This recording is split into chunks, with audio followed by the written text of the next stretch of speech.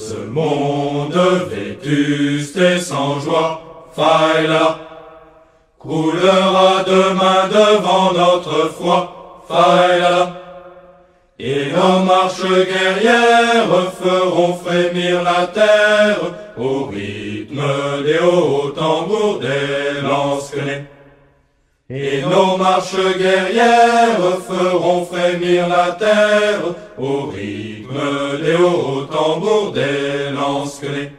Nous sommes dans un monde de fous et dans un monde qui véritablement, organise de manière évidente, on pourrait dire, le génocide du groupe blanc européen, c'est évident. On nous parle sans cesse du génocide, mais le vrai génocide, il est en train de se faire depuis plusieurs générations sous nos yeux.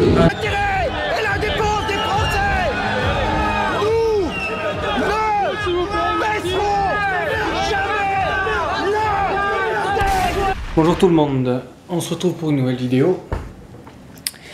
Aujourd'hui je voudrais vous parler d'un sujet d'actualité qui concerne le mouvement social qui touche la France.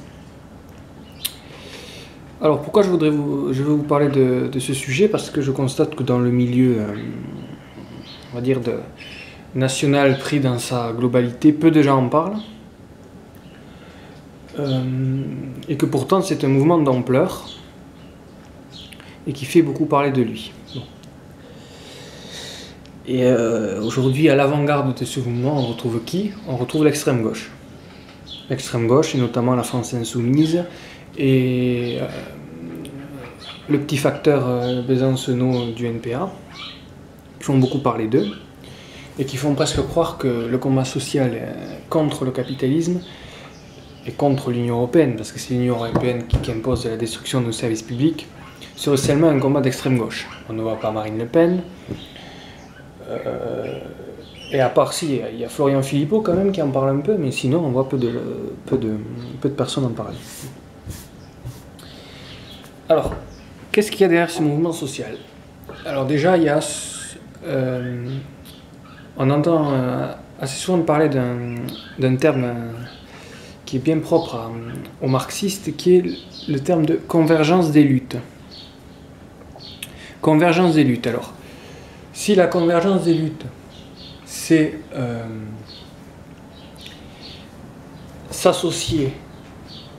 associer toutes les professions pour lutter ensemble contre une violence économique du grand capitalisme, pourquoi pas? Sauf que là, ce n'est pas du tout ça.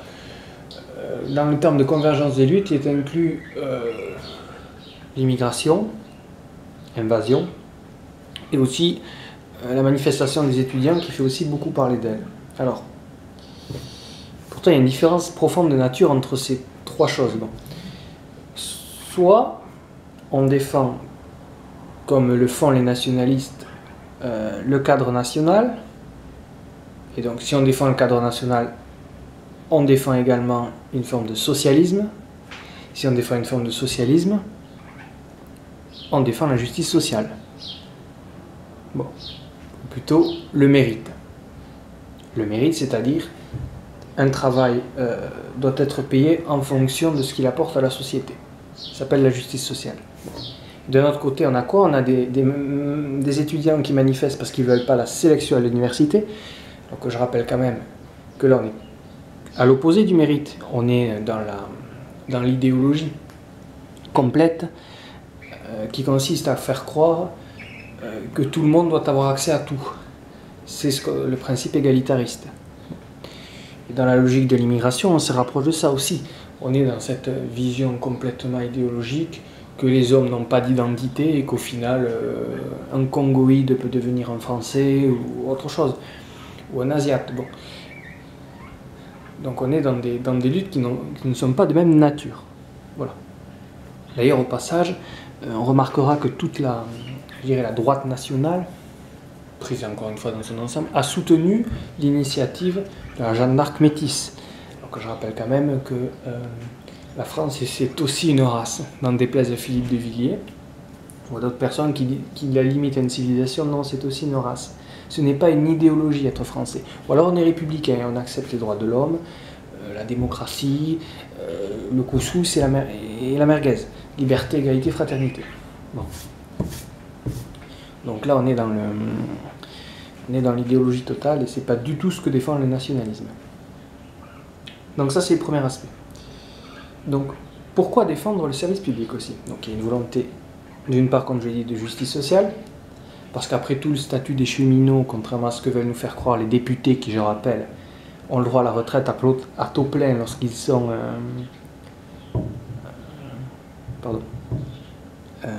lorsqu'ils arrivent à la retraite, ils ont le droit à une retraite à taux plein.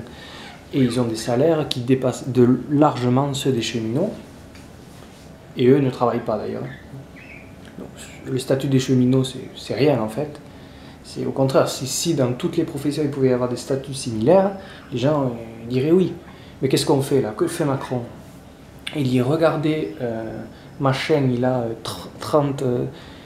1000 euros de plus que vous par mois, et lui à côté il est payé des milliers d'euros par mois. Pour faire quoi? Pour faire de la communication. Même pour faire des tweets en anglais et blablater des discours qui ne veulent au final rien dire. Voilà. Donc je reviens à ce que je disais, il faut défendre le service public. Pourquoi? Parce que le service public, et je vous renverrai sur deux articles de Jeunes Nations qui est intéressant sur le sujet, parce que le service public, c'est ce qui peut redynamiser les territoires ruraux. Et oui. Pourquoi? Pourquoi les gens aujourd'hui désertent le domaine rural? Quand vous leur posez la question, ils vous disent oui, il y a un cadre agréable de vie. Comment voulez-vous que je puisse travailler dans des territoires qui ne sont pas desservis par les transports notamment?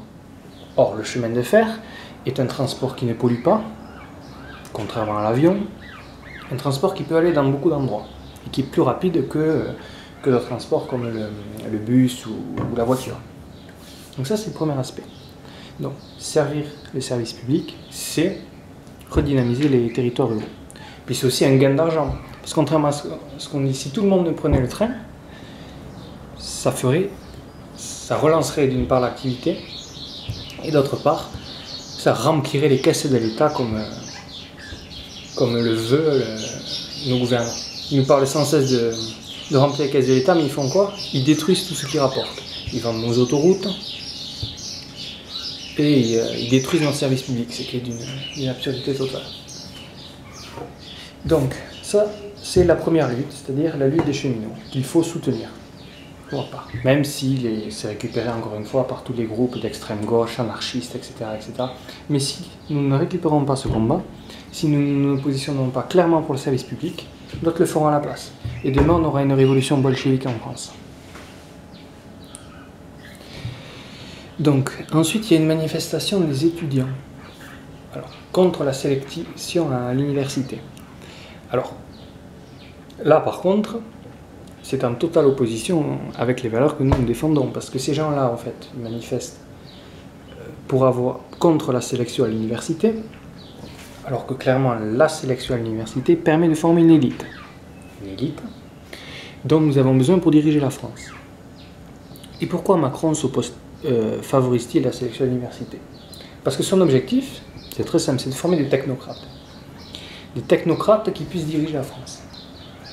Alors le principe de sélection en soi n'est pas mauvais, mais le principe de former des élites n'est pas mauvais. Mais quelles élites? Quelles élites? Ne tombons pas dans ce piège-là. Parce que j'en entends souvent dans la droite nationale, ou encore une fois, qui vantent la démocratie, c'est-à-dire qui ont une forme d'anarchisme et qui s'opposent à l'élitisme. Non, non, c'est stupide. Dans toute société, il y a des élites. Et une société qui n'a pas d'élite, c'est une société qui s'effondre. Parce que la majorité des gens sont des abrutis, je suis désolé de le dire. Je vais peut-être choquer certains, mais quand on voit comment les gens votent ou comment les gens s'abstiennent, c'est pas des abrutis, mais en politique, ils n'ont pas les compétences nécessaires. Voilà. Donc voilà, je voulais faire cette petite vidéo pour vous dire ça. Et je voudrais aussi vous parler de deux procès qui vont avoir lieu prochainement. Le premier qui concerne Ivan Benedetti, porte-parole du Parti nationaliste français et directeur de Jeunes Nations, qui va comparaître. Alors attendez, parce que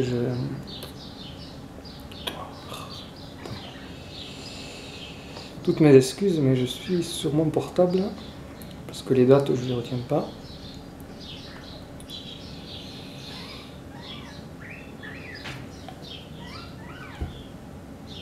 Vous inquiétez pas, c'est des perruches. Hein. Ça sera... Alors... Bon, attendez, je coupe et je... Non, ah c'est bon. Le 4 juin à 14 h, et ça sera la 12e chambre correctionnelle au tribunal de grande instance de Lyon. Donc ça, c'est pour le procès d'Ivan Benedetti. Alors, le motif, c'est reconstitution et maintien de l'œuvre française que El Blanco avait dissous en 2013. Donc il encourt 10 ans de prison, hein, et 100 000 € d'amende. Vaut mieux être violeur en France. Hein. Bref. Donc ça, c'est pour Ivan Benedetti. Et ensuite, alors, Hervé Ryssen, donc, qui est un intellectuel spécialiste de la question juive. Hervé Ryssen va être poursuivi et il encourt de la prison ferme, 7 mois minimum. Et son procès se tiendra le 23 mai à 13h30 au palais de justice, île de la Cité à Paris, salle Jules Grévy, Paul II. Voilà, pour toutes les informations que j'avais à vous donner. Et donc pour Ivan Benedetti, je vous mettrai aussi le lien d'une cagnotte Litchi qui a été organisée pour le soutenir. Quant à Hervé Ryssen, je ne sais pas s'il y a une cagnotte qui a été organisée. Voilà, donc si vous êtes au courant de ça, vous pouvez le mettre en commentaire s'il vous plaît. Voilà. Donc je vais terminer cette vidéo. Je vous remercie pour votre écoute et n'oubliez jamais, la révolution nationale est comme le vent.